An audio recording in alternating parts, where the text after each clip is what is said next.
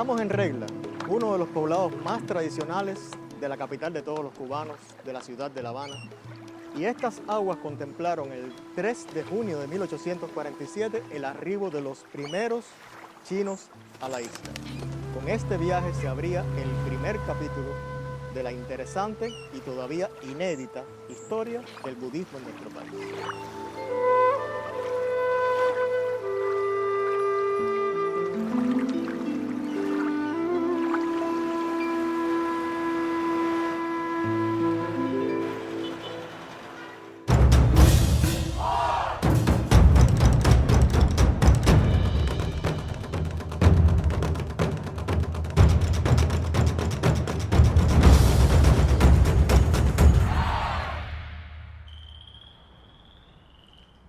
Estamos en el cementerio chino, único en su tipo en nuestro país. Inaugurado en 1893, representa un hito en el desarrollo de la cultura china en Cuba. ¿Por qué venir al cementerio chino si estamos haciendo un documental sobre budismo? Se sobreentiende que junto con la presencia de aquella inmigración que llega a Cuba en 1847, también venían las creencias ancestrales del pueblo chino, que incluyen, por supuesto, budismo, taoísmo y confucianismo.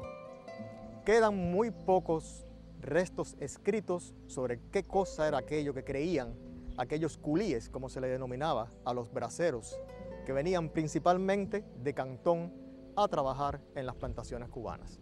Testimonios dispersos, por ejemplo, en la biografía de un cimarrón, algunas frases aisladas en las obras de los grandes patricios de la colonia. ¿A qué se debía esta invisibilización? Fácil. La colonia, con su poderío institucionalizado de la Iglesia Católica, reputaba como paganas todas las demás manifestaciones espirituales. Por tanto, la espiritualidad del chino en Cuba no era digna de ser registrada. Algunas leyendas del folclore tradicional, como por ejemplo la del médico chino, del cual se dice que era budista y abjuró en una procesión católica de sus creencias, y algún que otro elemento que podremos ver quizás aislado hoy, como el culto de San Fancón y demás, pues nos dan evidencia y testimonian qué es lo que trae el bagaje espiritual de esta inmigración. No nos asombre que no se haya desarrollado en Cuba un budismo étnico a partir de esta inmigración. En otros países latinoamericanos, incluso por ejemplo en Brasil, donde desde 1812 ya hay una presencia china muy anterior a la de aquí de Cuba, no va a haber un templo budista chino hasta 1962. Y en otros entornos, por ejemplo en México, donde la emigración comienza en 1874, en el propio Perú, que empieza en 1849, en Panamá, en 1854, tampoco tenemos desarrollo de budismo étnico. Casi siempre se expresaría ese fenómeno con el arribo de la inmigración japonesa en el siglo XX. No obstante, como veremos aquí, haciendo un breve recorrido por este cementerio, sí hay algunos elementos muy interesantes y que nos demuestran cómo, a pesar del gran fenómeno de aculturación que sufren estas comunidades al arribar a este entorno que les era manifiestamente hostil, sin embargo, determinados aspectos del bagaje cultural y espiritual son indestructibles, sobre todo gracias a la resiliencia de los distintos pueblos del mundo.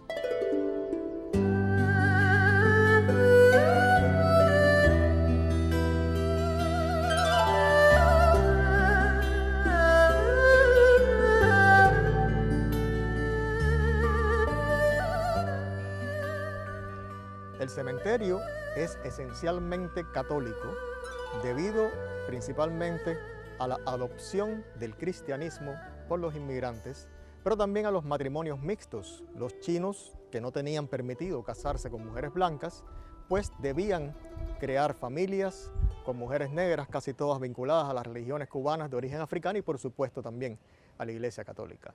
Se fue perdiendo, por tanto, la identidad espiritual, pero quedan algunos elementos y en este panteón que tenemos atrás vemos un motivo ornitológico que es muy típico de la mitología de la espiritualidad china, que le da una especial veneración a algunas aves como la grulla, la cigüeña, etc. Es un motivo que aparecerá asociado principalmente al tema de la longevidad, pero también a los deseos de buena suerte, de buenos augurios, en casi todas las manifestaciones de esa milenaria espiritualidad, por ejemplo la confuciana, la taoísta y también la budista.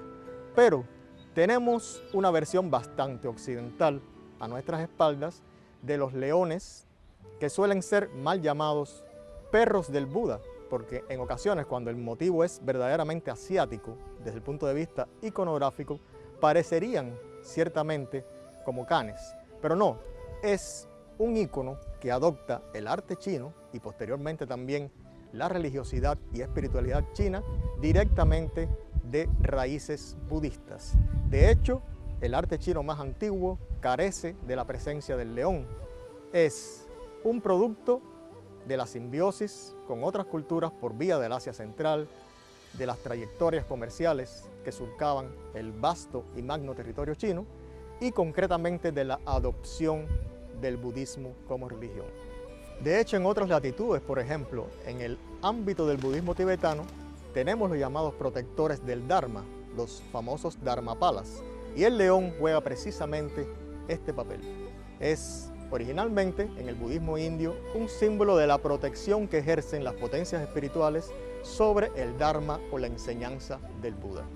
Posteriormente sería adoptado en la espiritualidad china y es muy raro encontrarse actualmente un budismo chino plenamente carente de la presencia de los leones. Por tanto, como venimos diciendo, quedan elementos innegables que se remontan a estas raíces que van resistiendo incluso la catalización y la demolición cultural que ejerce el entorno básicamente occidental, católico, pero también de otras influencias negativas respecto a la preservación del legado cultural.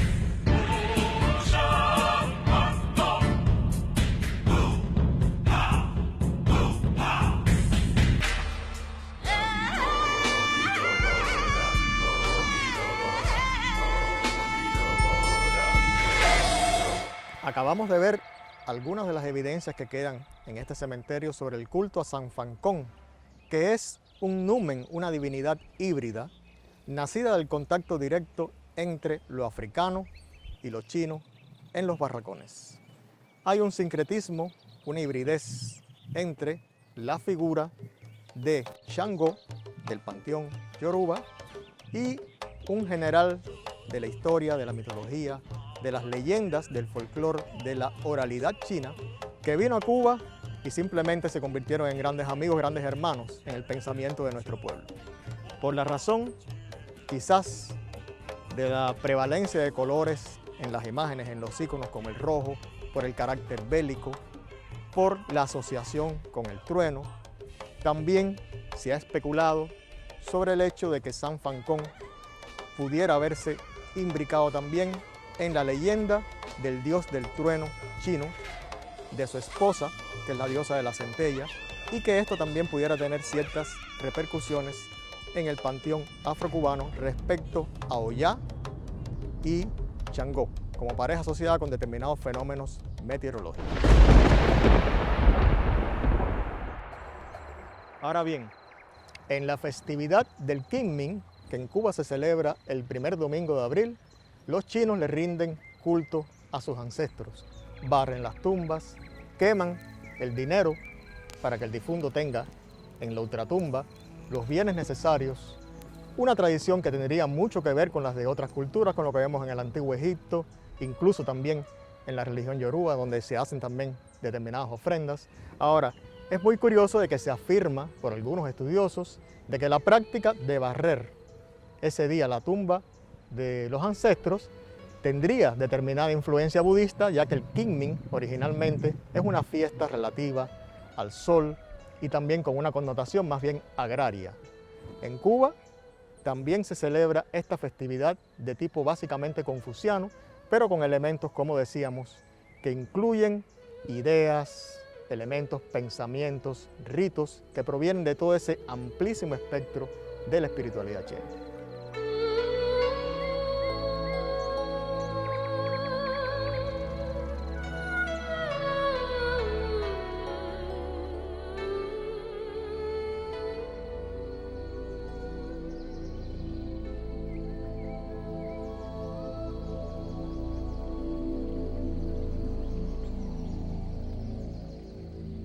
en el cementerio chino se difuminan los límites entre la vida y la muerte, entre el yin y el yang, entre nuestro mundo y el mundo de los que se han ido.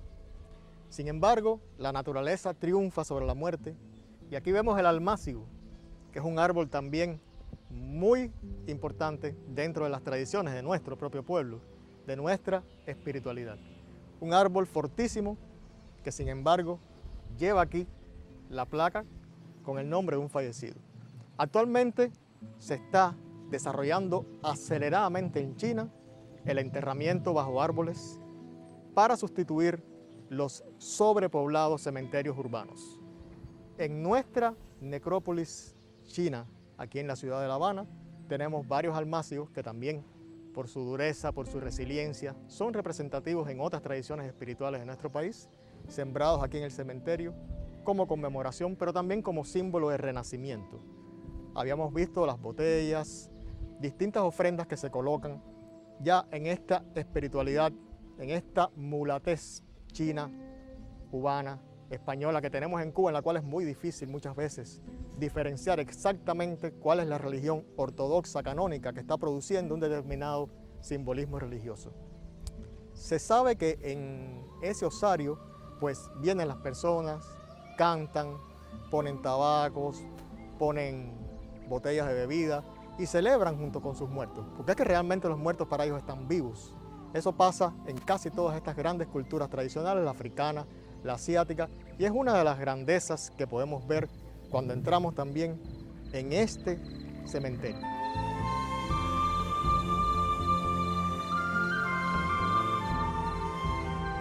Y naturalmente no se puede hablar de la historia del budismo en Cuba sin hacer alguna referencia al barrio chino, donde se conservó algo de budismo étnico, del culto a San Fancón, a la Bodhisattva de la compasión, en medio de las circunstancias de la inhabitación de esta comunidad china en Cuba.